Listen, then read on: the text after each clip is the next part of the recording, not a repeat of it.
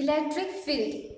Electric field due to a charge in the space around the charge in which any other charge is acted upon by an electrostatic force. We know that if you are going to place any charge in a space, it will have some electric force around it. It will create some electric force that we call as an electric field. The definition in your textbook is the electric field due to a charge Q. This charge Q we call it as a source charge at a point in space is defined as the force that a unique charge, positive charge that we call it as a test charge would experience if placed at that point. This is source charge, this is positive, unique positive charge that we call it test charge. The distance between them is R. Mathematically, we can write it as E is equal to F by Q. Force divided by unit charge. Okay? Force per unit charge is called your electric field. Now, as I said that each charge will be exerting some force. So, if this Q is very big, then this also will exert some force on Q, and the Q will not remain here but it will move away. Either it will get attracted or it will get repelled away. So, to avoid that problem, we have to take this Q very small. To neglect the effect due to test charge on capital Q, the source charge, the test charge is taken to be small, and mathematically we can write it as E is equal to limit Q tends to 0 F by Q. This is the test charge which is limiting towards 0, becoming very small. Call it number 1. Now let's go to the Coulomb's law.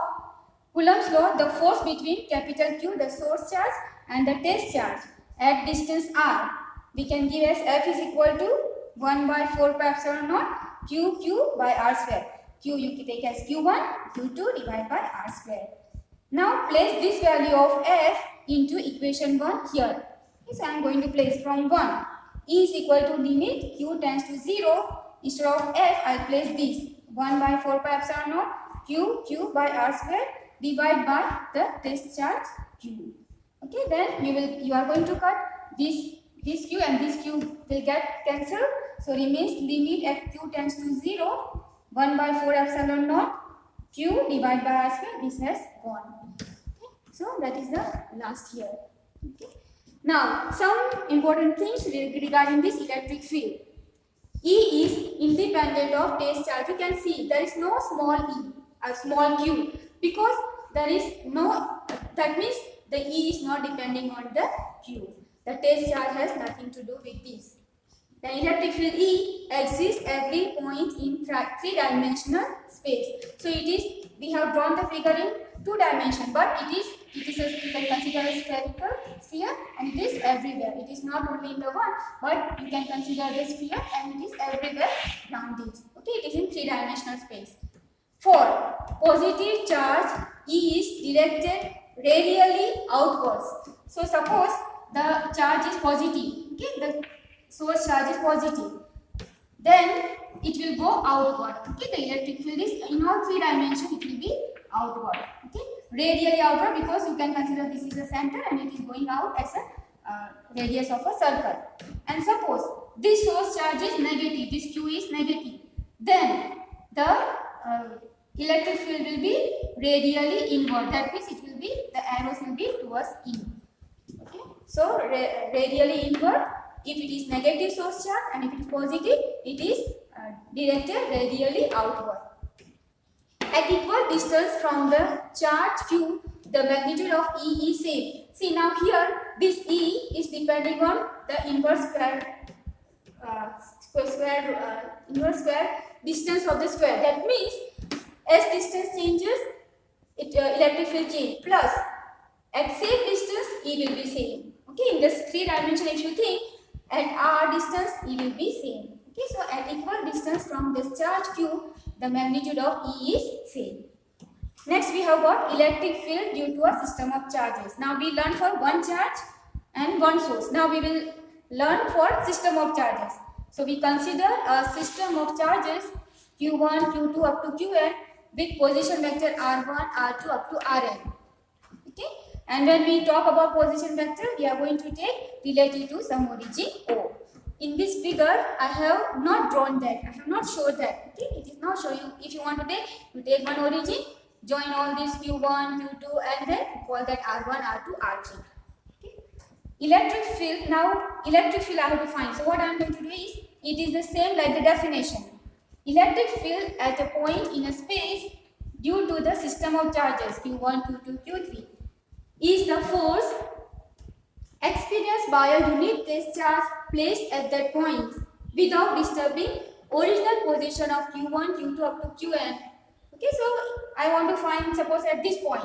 Then because of Q1, if I want to find here, this all will not be affecting the electric field here.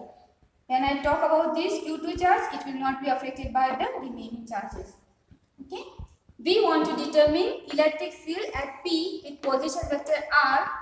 Electric field, now I have not shown that also. If you take any origin, you can take the position vector of R, of P as small r. Now electric field E1 at R due to Q1. I am going to use the same formula. E is equal to 1 by 4 pi epsilon naught source charge. I am going to do because of the charge Q1. So Q1, then R1P, the distance. Q1 distance is R1P I have taken for here, and R1P carried. Okay, that is the unit vector.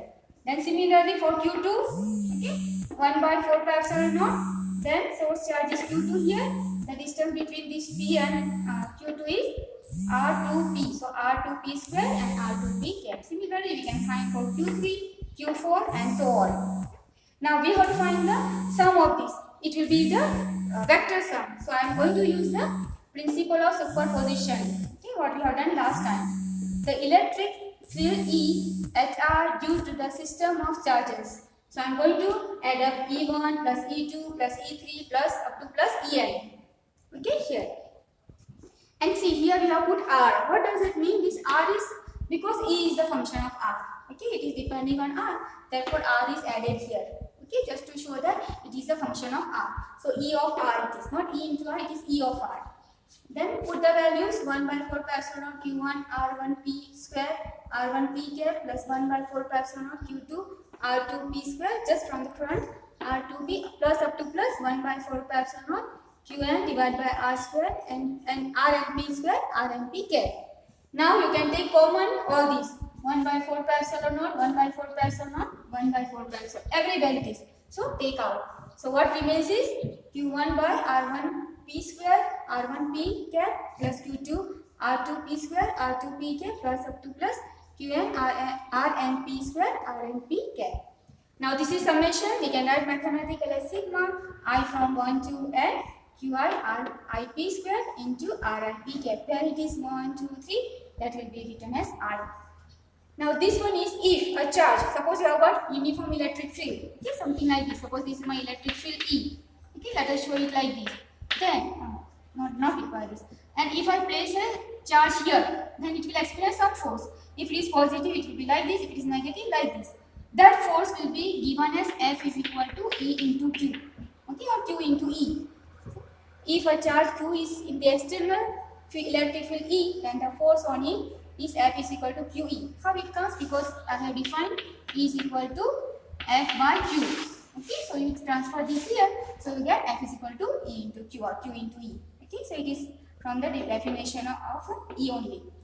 I have not given you SI unit. The SI unit of electric field is Newton per Coulomb. Why Newton per Coulomb? Because this is force, that is N, and C Coulomb charge is Coulomb. And alternate unit is volt per meter. This we shall use in the next chapter. Thank you so much.